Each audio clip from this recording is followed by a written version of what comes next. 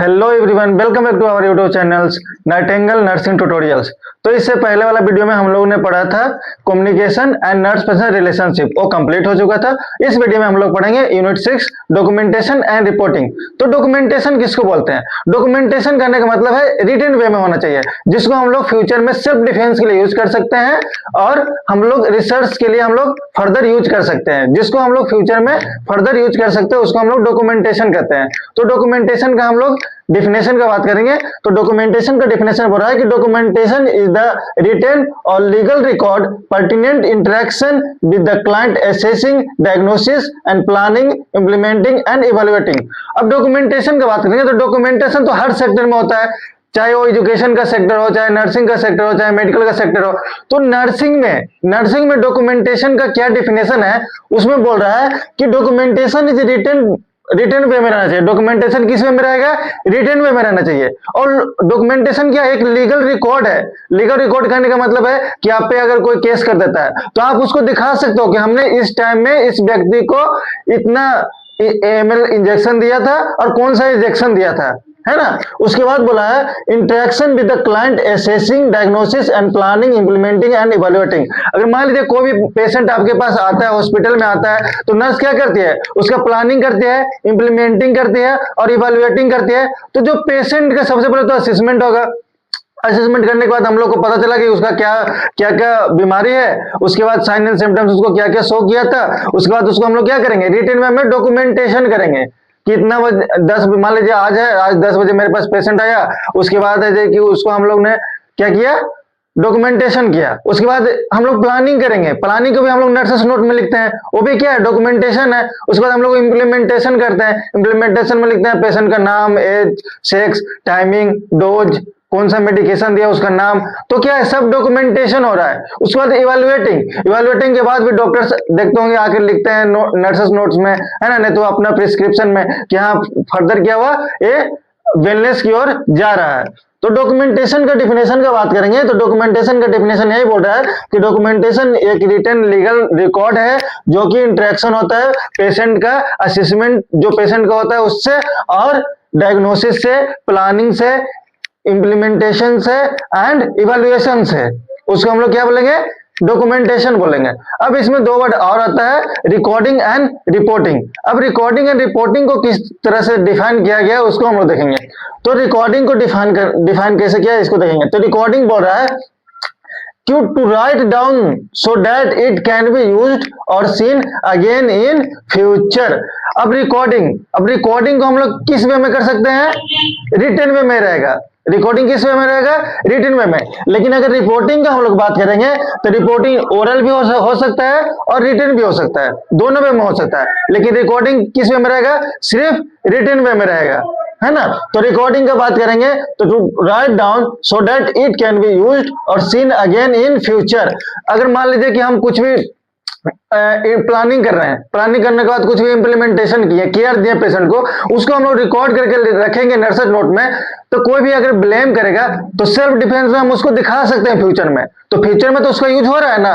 अगर मान लीजिए कोई पेशेंट आता है कंप्लेन लेकर तो हम लोग फर्दर उसको देख सकते हैं, यूज कर सकते हैं कि उसको पहले क्या बीमारी था, देखते हैं ना। उसके बाद है रिपोर्टिंग की बात करेंगे तो इसका डिफिनेशन बोला है it is oral and written computer based communication intend to convey information. कहने का मतलब है रिपोर्टिंग किसको बोलेंगे? जो ओरल वे में भी रहेगा और रिटन वे में रहेगा और कंप्यूटर बेस्ड कम्युनिकेशन होगा। कहने का मतलब है रिपोर्टिंग हम लोग उसको बोलेंगे जिसको ओरल भी हम लोग रिपोर्ट करते हैं, रिटन वे में भी करेंगे और कंप्यूटर बेस्ड एविडेंस को कलेक्ट करेंगे। अगर मान लीजिए कि आप एक पेशेंट को दूसरे वार्ड में शिफ्ट कर रहे हैं तो ओरल वे में भी जो डॉक्टर्स प्रिस्क्राइब करते हैं मेडिकेशन है तो कुछ चेंजेस होता है उसका केयर के बारे में, तो उसको हम लोग ओरल वे में भी बताते हैं, रिटन वे में भी बताते हैं, है ना।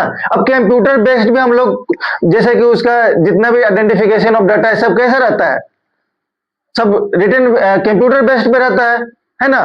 तो जितना भी इसका है रिपोर्टिंग कहने का मतलब है ओरल भी रहेगा, रिटन भी रहेगा और कंप्यूटर बेस्ड भी क्या रहेगा? एविडेंस रहेगा, है ना। उसके बाद क्या बोला? Intended to convey information.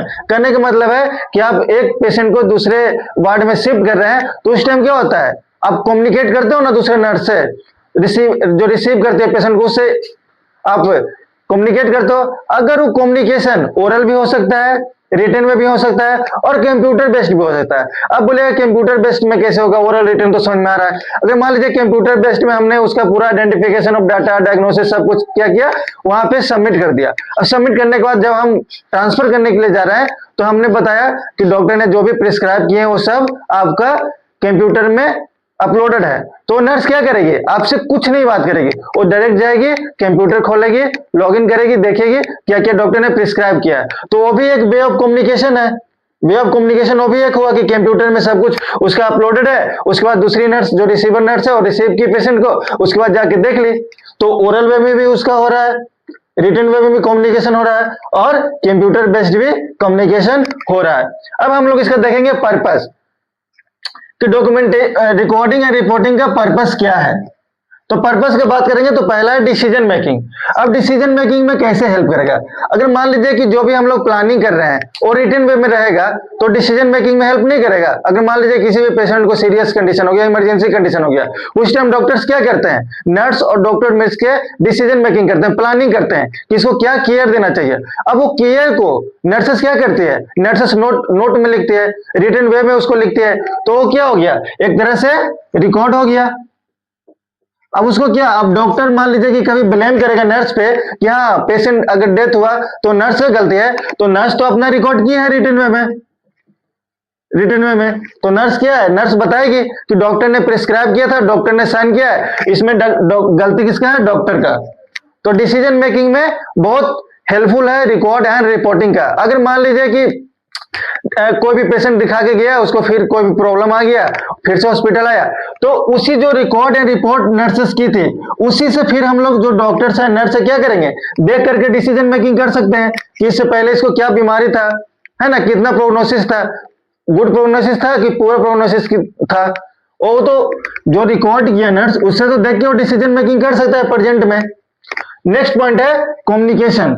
Communication के लिए इससे पहले हम बताएं रिपोर्टिंग और रिकॉर्डिंग क्या है, कम्युनिकेशन। अब कम्युनिकेशन में कैसे हेल्प होगा, अब एक पेशेंट को दूसरे वार्ड में हम लोग ट्रांसफर कर रहे हैं, उस टाइम तो कम्युनिकेशन होता है ना, कोई रिटन वे में नर्सेस नोट लेकर जाती है, कंप्यूटर बेस्ड हो गया, ओरल हो गया, तो कम्युनिकेशन में भी क्या है, हेल्पफुल है रिकॉर्डिंग एंड रिपोर्टिंग का। उसके बाद हम लोग बात करेंगे एजुकेशन। अब एजुकेशन सेक्टर में देखे होंगे कि रिकॉर्डिंग एंड रिपोर्टिंग, कोई भी रिसर्च वगैरह करते हैं तो क्या गूगल्स करते हैं, गूगल में पीडीएफ खोलते हैं, तो पीडीएफ में ऑलरेडी देखते होंगे पहले से क्या रहता है, रिकॉर्ड रहता है। अगर जब तक रिकॉर्ड पहले से नहीं रहेगा कोई भी इंटरनेट पे तो हम लोग रिसर्च कर पाएंगे, नहीं कर पाएंगे, कोई भी एजुकेशन हम लोग ले पाएंगे, नहीं ले पाएंगे। उसके बाद है next legal accountability. Legal accountability करने का मतलब एविडेंस जो लीगल पर्पस के लिए हम लोग यूज करते हैं, लीगल पर्पस के लिए यूज करते हैं। अगर मान लीजिए कि कोई भी पेशेंट आया, उसको केयर मिला, उसके बाद वो पेशेंट क्या बोला, जाके केस कर दिया, है ना, केस कर दिया नर्स पे या तो डॉक्टर पे, तो नर्स या डॉक्टर क्या करेगा, जो रिकॉर्ड किया उसी को क्या करेगा, कोर्ट में जाके दिखाएगा। क्यों दिखाएगा, सेल्फ डिफेंस के लिए, है ना। तो यहाँ पे लीगल अकाउंटेबिलिटी के लिए भी इसका यूज हो रहा है। उसके बाद हम लोग बात करेंगे असेसमेंट। अब असेसमेंट में कैसे हेल्पफुल होगा ये, अगर मान लीजिए कि प्रीवियस में उसको कोलेलिथियासिस था, अब कोलेलिथियासिस था, वो डॉक्टर के पास आया कि हमको पेट में दर्द है, अब उसका प्रीवियस हिस्ट्री देखेगा। जब हम लोग केयर प्लान लिखते हैं तो उसमें देखे होंगे कि लिखा रहता है past medical history, present medical history. तो जो पास्ट मेडिकल हिस्ट्री है उसमें क्या लिखा हुआ रहता है कि जो इससे पहले, है ना, पास्ट में उसको कोई बीमारी था कि नहीं। तो असेसमेंट में वो हेल्प करेगा, वो देखेगा कि पहले इसको क्या क्या बीमारी था, डायबिटीज था कि नहीं, हाइपरटेंशन था कि नहीं, इससे पहले कोई भी ऑपरेशन हुआ है कि नहीं। तो सब असेसमेंट में क्या करेगा, हेल्पफुल करेगा। उसके बाद है प्लानिंग। प्लानिंग में भी रिकॉर्ड एंड रिपोर्टिंग का क्या है, बहुत अहम भूमिका है। अब कैसे है, अगर मान लीजिए कोई भी नर्स पेशेंट है, प्लानिंग कर रहा है किसी भी पेशेंट को केयर देने के लिए, अब उससे पहले वो देखेगा, उससे पहले वो क्या क्या केयर उसको दे चुका है जिस वजह से उसको नहीं ठीक हुआ है, तो नया टेक्निक अपनाएगा, नया टेक्निक यूज करेगा। तो नया टेक्निक यूज करने के लिए जो प्रीवियस का उसका रिकॉर्ड एंड रिपोर्ट है उसको क्या करेगा, देखेगा, तभी तो आगे वो प्लानिंग कर पाएगा। उसके बाद है रिसर्च। अब रिसर्च करने के लिए भी हम लोग को रिकॉर्ड एंड रिपोर्ट प्रीवियस जो है उसको देखना जरूरी है। अगर मान लीजिए कोई भी रिसर्च कर रहे हैं कोई भी टॉपिक पे, उसके बारे में नॉलेज नहीं है, तो आप नॉलेज गेन कहां से करते हैं, प्रीवियस जो रिकॉर्ड हो चुका है गूगल्स पे, है ना, उस पे हम लोग देखते हैं, पीडीएफ खोल के देखते हैं, उसका साइट चेक करते हैं।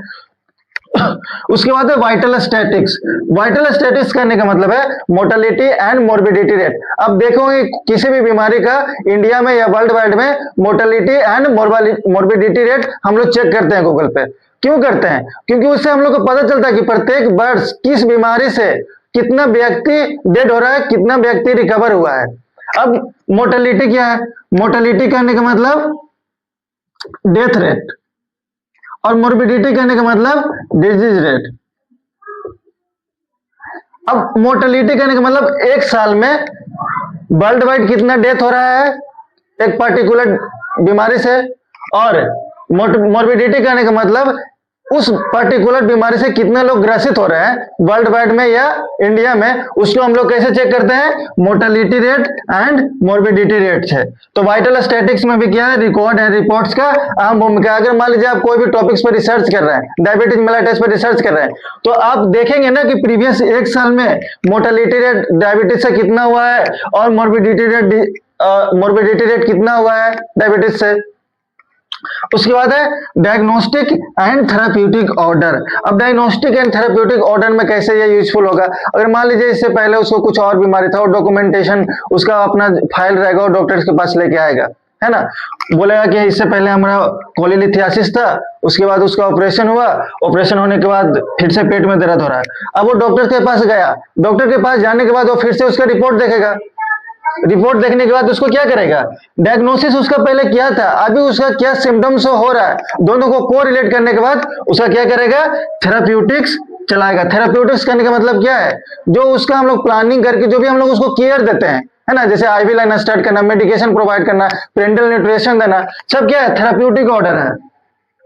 उसके बाद हम लोग बात करेंगे हेल्थ सर्विस प्लानिंग के बारे में। अगर मान लीजिए कि डायरिया है, एक ज्योग्राफिकल एरिया में डायरिया का रेट 59% है या 50% है, तो हम लोग हेल्थ सर्विस प्लानिंग में उस प्रीवियस ईयर का जो हम लोग का डाटा है उससे हम लोग पता कर सकते हैं कि प्रीवियस ईयर में कितना इससे बच्चा डेड कर रहा है ना। तो उससे हम लोग हेल्थ सर्विस में प्लानिंग करने में क्या होगा?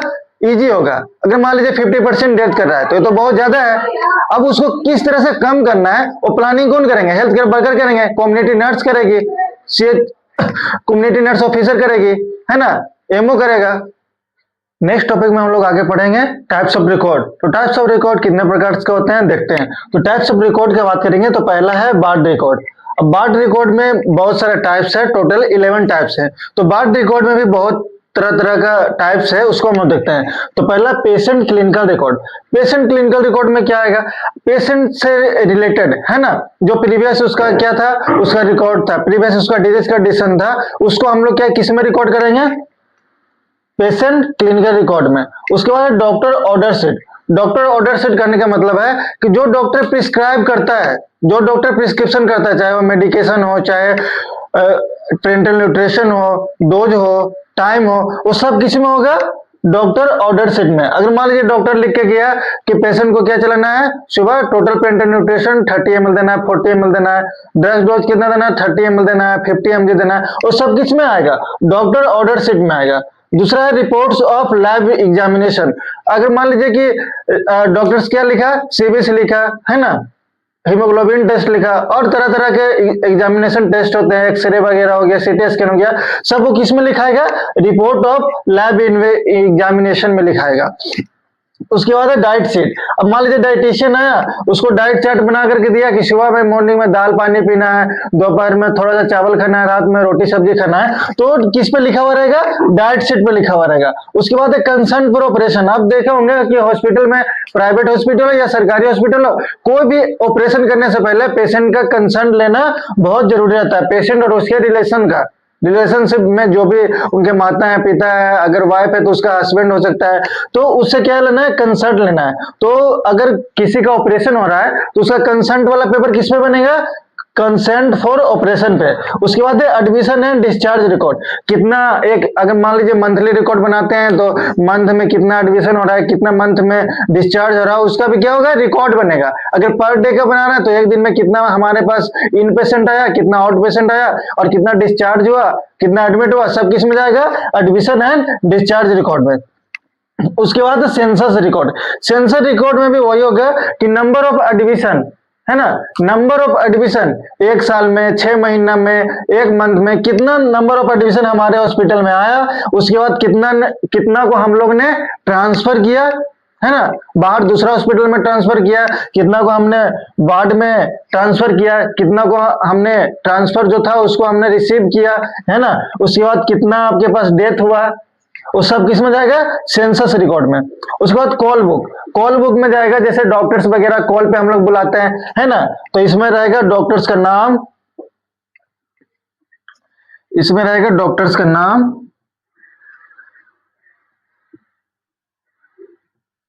डॉक्टर नेम, टाइम और पर्पस और डेट, डे। अब कॉल बुक में क्या क्या रहेगा, डॉक्टर का नाम रहेगा, वो किस टाइम में आया था, उसका पर्पस क्या था और डेट क्या था और दिन क्या था, है ना, ये किस में जाएगा, कॉल बुक में। अगर मान लीजिए कोई भी हम लोग स्पेशलिस्ट लोग को कॉल पे बुलाते हैं डॉक्टर्स को, तो डॉक्टर्स का नाम रहेगा, टाइम रहेगा, किस पर्पस से आया था, किस टाइप के पेशेंट को देखने के लिए आया था, वो सब किस में रहेगा, कॉल बुक में रहेगा। उसके बाद है इंटेंट बुक। इंटेंट बुक में मशीनरी इक्विपमेंट्स वगैरह हो गए, है ना, मशीनरी इक्विपमेंट रिकॉर्ड रहेगा, रिकॉर्ड ऑफ इक्विपमेंट, लिनेन, तो जो भी है ना इंटेंट रिकॉर्ड में होगा कि जो भी हम जैसे कि फार्मेसी मेडिकेशन वगैरह भी लाते हैं और सब किस में, फार्मेसी से तो ले आए, लेकिन एक इंटेंट रिपोर्ट में आपको क्या करना पड़ेगा, उसको सबमिट करना पड़ेगा। अगर मान लीजिए कोई भी लिनन वगैरह लाए, 10 लिनन लाए, तो 10 लिनन को क्या होगा, उस रिकॉर्ड बुक में आपको रजिस्टर में मेंटेन करना पड़ेगा, है ना। उसके बाद है drug maintenance register. Drug maintenance register में आप फार्मेसी से कितना आप मेडिकेशन लाए, उसका क्या होगा, रिपोर्ट होगा। अगर मान लीजिए फार्मेसी वाला आपको 10 मेडिकेशन दिया, आप यहाँ पे रिपोर्ट नहीं किया, फिर बोलेगा कि हम 15 मेडिकेशन दिए थे, तो गड़बड़ी हो सकता है। उसी को रोकने के लिए ड्रग मेंटेनेंस रजिस्टर को बनाया गया है, जो कि मेडिकेशन से रिलेटेड, जैसे आईवी फ्लूइड वगैरह हो गया, कोई भी मेडिकेशन ड्रग्स हो गया, है ना, वो सब किस में आएगा, ड्रग मेंटेनेंस रिपोर्ट में। उसके बाद है डेथ रजिस्टर। आपके हॉस्पिटल में महीना में, नहीं तो वीक में, नहीं तो साल में कितना डेथ होता है, पर डे कितना डेथ हो रहा है, उसको हम लोग किसमें लिखेंगे, डेथ रजिस्टर में हम लोग रिकॉर्ड करेंगे। नेक्स्ट हम लोग बात करते हैं नर्सेस रिकॉर्ड के बारे में। ये पहला टाइप्स था वार्ड रिकॉर्ड। वार्ड रिकॉर्ड में पहला था patient clinical record, doctor order sheet, reports for lab examination, diet sheet, concern for operation, admission and discharge record, census record, call book, intent book and drugs maintenance और death register. उसके बाद हम लोग बात करते हैं इधर नर्सेस रिकॉर्ड के बारे में। नर्सेस रिकॉर्ड की बात करेंगे तो नर्सेस रिकॉर्ड किसको बोलते हैं, इसमें बोल रहा है in this record the observation of the patient, subjective and objective data. अब नर्सेस रिकॉर्ड क्या करती है, पेशेंट को एसेस करेगी। अब एसेस करेगी तो उसको क्या मिलेगा, subjective and objective data. Subjective data में क्या होगा, सब्जेक्टिव डाटा में पेशेंट खुद से बताएगा, और ऑब्जेक्टिव डाटा में जो नर्स उसको क्या करेगी, ऑब्जर्व करेगी, है ना, जो नर्स ऑब्जर्व करेगी साइन एंड सिम्टम्स को, उसको ऑब्जेक्टिव डाटा बोलते हैं। और सब्जेक्टिव डाटा पेशेंट खुद से बताएगा, और उसे पेट में दर्द हो रहा है तो वो खुद से बताएगा कि मेरे पेट में दर्द हो रहा है। उसके बाद हम लोग करेंगे चिप कंप्लेंट। चिप कंप्लेंट में वही हो जाएगा, उससे जो साइन एंड सिम्टम्स वो बता रहा है सब किस में आ जाएगा, चिप कंप्लेंट में आ जाएगा। उसके बाद हाइजीन केयर है ना, exercise, change of position, auto support, सब किस में आ जाएगा, नर्सेस रिकॉर्ड में। नर्सेस रिकॉर्ड करने का मतलब है कि जो भी नर्स सुबह से लेकर शाम तक 2 शिफ्ट या 3 शिफ्ट में जितना भी उसको केयर देती है, वो सब किस में लिखाता है, नर्सेस रिकॉर्ड में, जिसको नर्सेस नोट्स भी बोलते हैं। अगर किसी को 12 बजे मेडिकेशन देना है तो नर्सेस रिकॉर्ड में क्या लिखेगी कि 12 बजे ने हमने ये मेडिकेशन दिया, वो सब किस में आएगा, नर्सेस रिकॉर्ड में। अगर ऑटो सपोर्ट दे रही है तो लिखेगी पेशेंट का नाम, उसके बाद auto support given at 12 PM, 1 PM, 2 PM, है ना। अगर मान लीजिए किसी को पोजीशन चेंज कर रही है तो पोजीशन वहां पे लिखेगी नर्सेस रिकॉर्ड में कि हमने इतना 12 बजे, 1 बजे, 2 बजे पेशेंट का पोजीशन चेंज किया, एक्सरसाइज करवाएगी तो लिखेगी कि हमने मॉर्निंग में 7 बजे 8 बजे हमने उनको क्या किया, एक्सरसाइज करवाया। वो सब किसी में आ जाएगा, नर्सेस रिकॉर्ड में आ जाएगा। उसके बाद बात करते हैं नर्सेस रिकॉर्ड में एक और है graphic chart for TPR. TPR का मतलब टीपीआर, टी से टेम्परेचर, पल्स एंड रिस्पायरेशन। तो टीपीआर है ना, जो वाइटल साइन में हमारा था, temperature, pulse, respiration. T for temperature, P for pulse and R for respiration. तो इसका एक ग्राफ बनता है ना। अब नर्सेस नोट में देखते हैं इसका एक ग्राफ बनता है, टेम्परेचर हाई हुआ तो, पल्स रेट हाई हुआ तो, रिस्पायरेशन हाई हुआ तो, सबको किस में लिखाएंगे, ग्राफिक चार्ट्स ऑफ टीपीआर में, है ना। उसके बाद नेक्स्ट टाइप से एजुकेशनल रिकॉर्ड। अब एजुकेशनल रिकॉर्ड में क्या होगा इसको हम देखते हैं। The officers and board and committee of medical and nursing school will produce their on record. अब एजुकेशनल रिकॉर्ड करने का मतलब है कि जैसे नर्सिंग सुपरिटेंडेंट हो गया, मेडिकल ऑफिसर हो गया, है ना, वहां का जो कमिटी जो चलता है ना, वो सब क्या करेगा, इसको अपना रिकॉर्ड बनाता है। अब नर्सिंग सुपरिटेंडेंट का क्या काम है, वो पूरा ओवरऑल देखेगी नर्सिंग में कुछ गड़बड़ी हो रहा है कि नहीं, कितना इंटेंट कहाँ गया, है ना, कितना इन्वेंटरी कहाँ गया, कितना लिनेन कहाँ गया, कितना इक्विपमेंट कहाँ लग रहा है, वो सब कौन देखेगा, नर्सिंग सुपरिटेंडेंट देखेगी। उसके बाद जो नर्सिंग स्कूल का जो नर्सिंग स्कूल का जो हेड होता है वो सब अपना रजिस्टर मेंटेन करके रहता है कि लाइब्रेरी में कितना बुक्स है ना, कितना हमारे पास टेबल है, कितना व्हाइट बोर्ड है, कितना हमारे पास मार्कर है, वो सबको होता है, क्या होता है, रिकॉर्ड होता है। रिकॉर्ड होने से हम लोग को पता चलेगा कि कौन सा इक्विपमेंट कहाँ पे यूज हो रहा है। जैसे देखिए लेटर ऑफ अपॉइंटमेंट हो गया, ज्वाइनिंग रिपोर्ट हो गया। अगर मान लीजिए कोई नर्स जाती है हॉस्पिटल में काम करने के लिए तो वहां पे रिज्यूम लेके जाती है, और रिज्यूम को तो फेंक तो नहीं देता है ज्वाइनिंग के बाद, वो रिकॉर्ड करके रखता है कि अगर भविष्य में, अगर इन फ्यूचर अगर उसका कुछ काम आए तो उसका यूज कर सके। उसके बाद हम लोग बात करते हैं प्रिंसिपल्स ऑफ रिकॉर्ड राइटिंग के बारे में। अगर हम लोग रिकॉर्ड राइटिंग लिख रहे हैं, रिपोर्ट राइटिंग कर रहे हैं, तो उसमें क्या क्या प्रिंसिपल्स का यूज करके हम लोग उसको लिखेंगे। तो पहला पॉइंट है लीगल प्रूडेंस। लीगल प्रूडेंस कहने का मतलब है कि हम लोग को इस वे में लिखना है, इस तरह से लिखना है कि वो फर्दर लीगल पर्पस के लिए यूज हो सके। उसके बाद हम लोग करते हैं लिजिबिलिटी। लिजिबिलिटी करने का मतलब है क्लियर एंड कट रहना चाहिए। ऐसा नहीं कि बहुत लेंदी लिख दिए फिर उसको समझ में नहीं आए, तो उसको समझ में आने के लिए उसको प्रॉपर लिजिबिलिटी लिखना चाहिए। उसके बाद है ऑर्गेनाइजेशन। ऑर्गेनाइजेशन करने का मतलब है इस तरह से सजा के उसको लिखना है कि प्रॉपर वे में समझ में आए, नीट एंड क्लीन जिसको बोलते हैं, ऑर्गेनाइज वे में लिखना है उसको, ऐसा नहीं कि एक ही लाइन में पूरा लिख दिए। उसके बाद है एप्रोप्रिएटनेस। एप्रोप्रिएटनेस करने का मतलब है प्रॉपर वर्ड एप्रोप्रिएट होना चाहिए, उसका मीनिंग समझ में आना चाहिए। ऐसा नहीं कि कुछ लिख दिया उसका मीनिंग कुछ बन ही नहीं रहा है, सेंटेंस पूरा मेकिंग हो गया उसके बाद उसका मीनिंग कुछ समझ में नहीं आ रहा है, ऐसा नहीं होना चाहिए। प्रॉपर एप्रोप्रिएट वर्ड का यूज करना चाहिए।